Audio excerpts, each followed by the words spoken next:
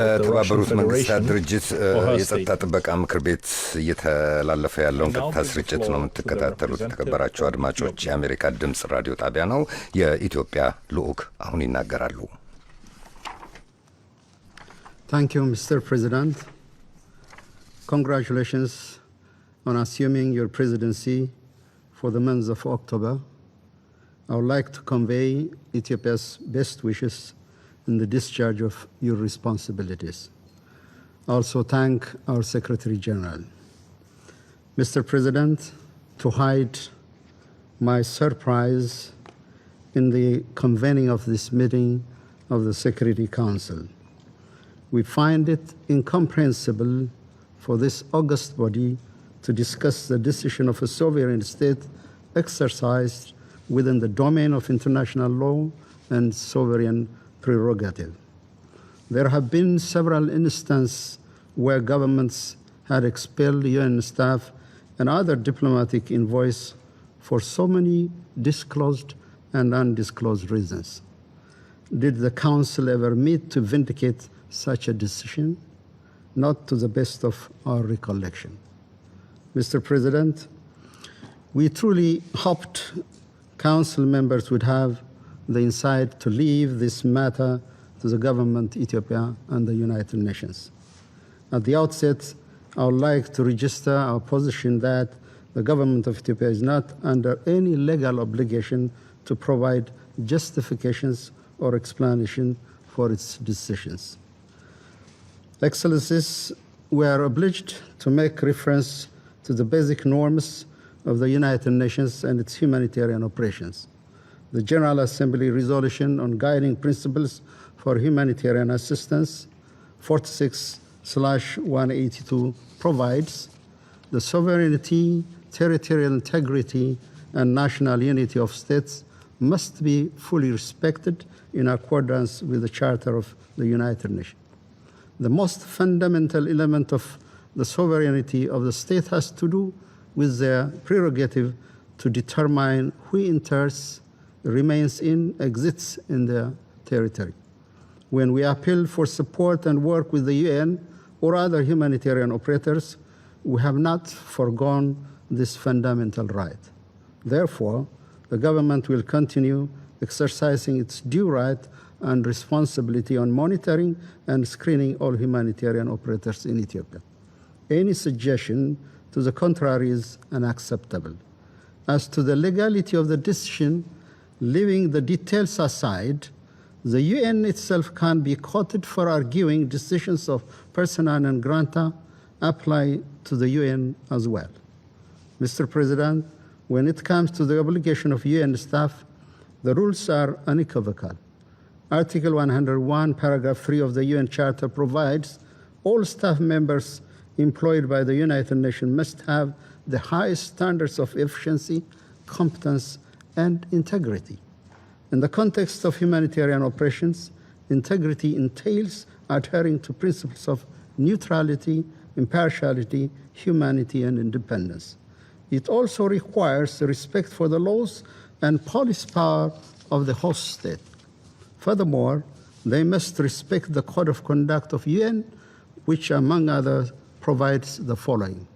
First, UN staff shall neither seek nor accept instruction from any government or from any other source external to the organization. Second, staff members shall not use their office or knowledge gained from their official functions for private gain, financial or otherwise, or for the private gain of any third party, including family, friends, and those they favor. Third, staff members shall not communicate to any government, entity, person, or any other sources any information known to them by reason of their official position. These cardinal principles, for the safeguard of which UN staff enter a solemn oath and swear on their conscience, mean that in the presence of contradicting views, competing interests, political pressures, and all forms of temptation, the UN staff will remain neutral. In the presence of deceit, coercion, and vested interest, they will preserve their independence. and the existence of consideration that may appear to be reasonable base for decision, UN staff will be guided by humanity only. The UN staff, Ethiopia expelled, sidelined their oaths, the rules of professional conduct, and the principles of humanitarian assistance. Mr. President, let me cite few examples among the multitude of transgressions that we selected with great care and caution. Needless to say, the misconduct of few individuals doesn't speak to the professional and able team of the UN in Ethiopia or anywhere else. Rather, it speaks of the serious ethical dilemma that existed in the humanitarian operation in Ethiopia for the past 11 months. These individuals executed the conspiracy created by TPLF and its member to generate an image of extreme casualty that warrants quote-unquote humanitarian intervention and rescues the criminal group. To use their own words, they were looking to create a Darfur-like situation. They suddenly and overnight created 1 million victims of health disaster, while OCHA country office reports 2.8 million people that need emergency health assistance.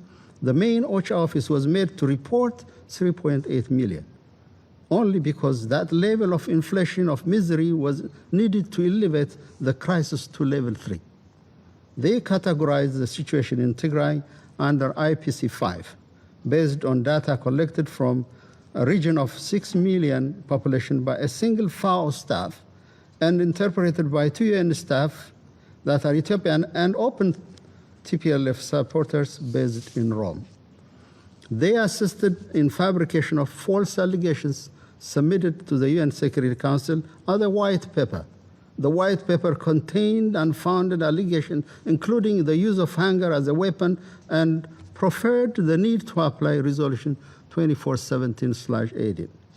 The former head of OCHA was made to report to this council 152 Ethiopians died due to food shortage, while such incident had never occurred. They made up the data and went to the extent of disinforming this global security body. About 2 weeks ago, they reported 12 individuals died of hunger in an IDP camp, while the organization running the IDP camp, an internal organization itself, came out and stated the allegations are simply false. They implored UN agencies to conduct investigations outside of their mandate to meet the instruction of TPLF to generate exhibits matching the false allegation released on medias and to supposedly substantiate a case before the ICC. They didn't even show mercy to victims of gender-based violence. First, in violation of the protection of protocols of safe houses for victims of gender-based violence, they invited TPLF armed men and militia to the safe houses. In addition, they exposed the safe house before an international media and invited interviewers and interrogators to safe houses to intimidate victims and elicit testimonies. This, Mr. President, is happening in a city where close to 13,000 detainees and prisoners were released with absolute impunity, and thousands of armed youths are roaming in the streets, already creating terror on residents. These individuals recorded a UN staff meeting and gave a copy to TPLF for the sake of providing it with material it could use to back its false allegations. These individuals openly celebrated and make other UN staff cheer the so-called victory of TPLF and the withdrawal of the National Defense Forces from Tigray. They openly conducted activism in support of TPLF, a group proscribed as terrorists, and make political statements that instigate violence and inflame the conscience of the Ethiopian public. They assisted siphoning food, medicine, communication equipment, all other essential supplies and equipment and transfer to TPLF. Right before their expulsion, they were facilitating the deportation of ethnically segregated group of Ethiopian migrants from Saudi Arabia and their resettlement in third country in Africa for training and preparation before they join combat with TPLF. In effect, a parallel UN operation that completely sidelined the UN country office was created. Apart from the selfish interest of individuals, we have evidences that the entire endeavor is created by a higher and more sophisticated motivation that seeks to undermine the Ethiopian state and rescue the TPLF. Ethiopia deeply resents this experience. Mr. President, expulsion was not our primary course of action. In multiple occasions, we explained our concern to UN officials. On July 8, 2021, the Deputy Prime Minister and Foreign Minister of Ethiopia wrote a letter to the UN Secretariat explaining in great details the misconducts of the UN staff that require corrective measures. We also summoned some individuals and warned them to halt their misconduct. Nevertheless, the transgression continued unabated. Mr. President, we believe the UN agencies and their honorable role are undermined by these few individuals. Our request from the United Nations is, first, to deploy new staff that are aware of and will adhere to their professional code of conduct. Overwhelming majority of UN staff fulfill this requirement and would distance themselves from political mercenarism. The government of Ethiopia stands ready to assist expeditious deployment of the replacement. More importantly, we request the UN to review all the reports, statements, and assessments that were produced on the situation in Ethiopia in the past year.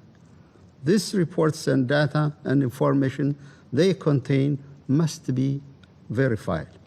This audit is necessary for us to build and sustain trust and advance the exemplary cooperation between the Ethiopian government and the United Nations. Mr. President, the United Nations is an invaluable development and humanitarian partner for Ethiopia for many years. I want to underscore the great values we attach to the support of our organization during this difficult time.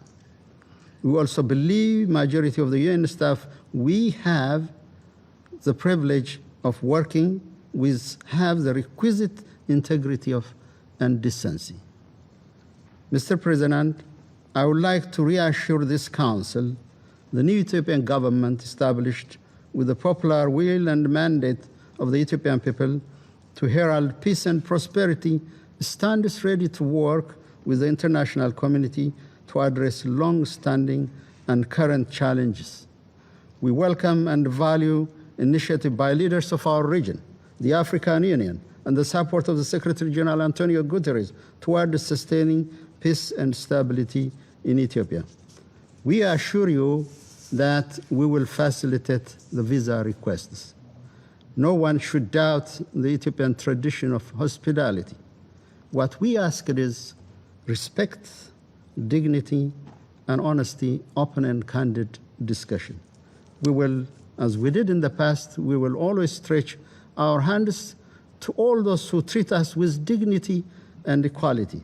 That is indeed the story of an Ethiopian life since the time of the League of Nations. I thank you.